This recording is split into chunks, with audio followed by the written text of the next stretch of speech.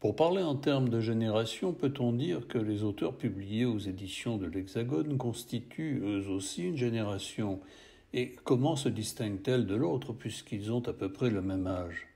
S'agit-il plutôt d'une génération d'écriture liée au thème du pays? Quelle place y prennent alors les femmes ou des écrivains venus d'ailleurs dans cette Amérique étrangère dont parle Michel Van Scandel? Bon, ça, c'est assez intéressant parce que les poètes de l'Hexagone sont effectivement assez plutôt contemporains, parfois de quelques années plus jeunes que les poètes surréalistes comme, disons, Géléno et Claude Gauvreau, mais à peine. Alors, en gros, ça serait la même génération. Mais les poètes de l'Hexagone, rassemblés autour de Gaston Miron et de plusieurs de ses amis, qui est Jean-Guy Pilon et plusieurs autres, qui sont aussi poètes, sont pas des révolutionnaires comme tels.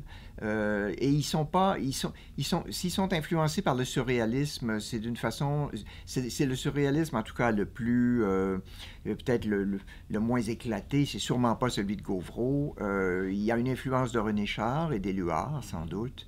Mais ce qu'il y a surtout, c'est que le lien, en particulier chez Miron, le lien, la révolte contre le catholicisme et tout ça est pas si évidente. En fait, on a plutôt un héritage de l'humanisme chrétien.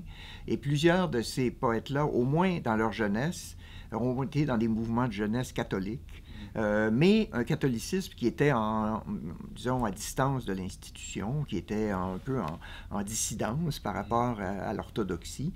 Mais ce qui est intéressant, c'est qu'en même temps, chez ces poètes-là, ce qu'on appelle la génération de l'Hexagone, au départ, il y a aussi des influences folkloriques qui pourraient ramener au terroir aussi, c'est-à-dire donc le sens du pays, le sens de la nature, est présent également dans ce mouvement-là.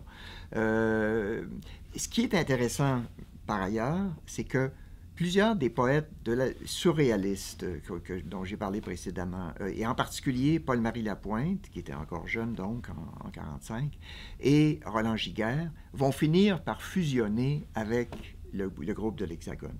Parce que l'Hexagone, dans les années 50, commence à publier des poètes comme Jean-Guy Pilon, Fernand Ouellette et plusieurs autres. C'est une poésie, je dirais, c'est l'humanité face au monde, avec un sens de la responsabilité, un sens qui peut être à la fois une spiritualité, mais aussi, je dirais, un engagement à rendre le monde plus habitable, si on veut. C'est un peu ça qu'on trouve, par exemple, chez Jean-Guy Pilon. Mais alors, donc, ce mouvement-là a le mérite aussi de créer une édition de poésie qui est vraiment pour la première fois. Et l'Hexagone qui désigne parfois la France est surtout une maison d'édition au Québec, n'est-ce pas? Oui, oui. Et l'Hexagone parce qu'ils étaient 6. C'est tout simplement... Alors, il n'y a pas de référence... on pourrait penser que c'est une référence à la France, mais non. Mais ce que je dirais par ailleurs, c'est que ce qui distingue aussi ces poètes-là, c'est que ils entretiennent des relations souvent très fortes, d'amitié même, avec des poètes français. Par exemple, Jean-Guy Pilon va obtenir même une préface à un de ses premiers recueils, une préface de René Char. Il communique, il correspond avec lui. Miron va devenir l'ami de plusieurs poètes français contemporains. Mais l'important, c'est qu'on crée une maison de poésie qui fonctionne avec des moyens modernes et qui va, dans les années 60, connaître un foisonnement, un épanouissement absolument remarquable, souvent qu'on qualifie de poésie du pays, parce que le thème même du pays devient central dans cette poésie-là à un certain moment, en tout cas.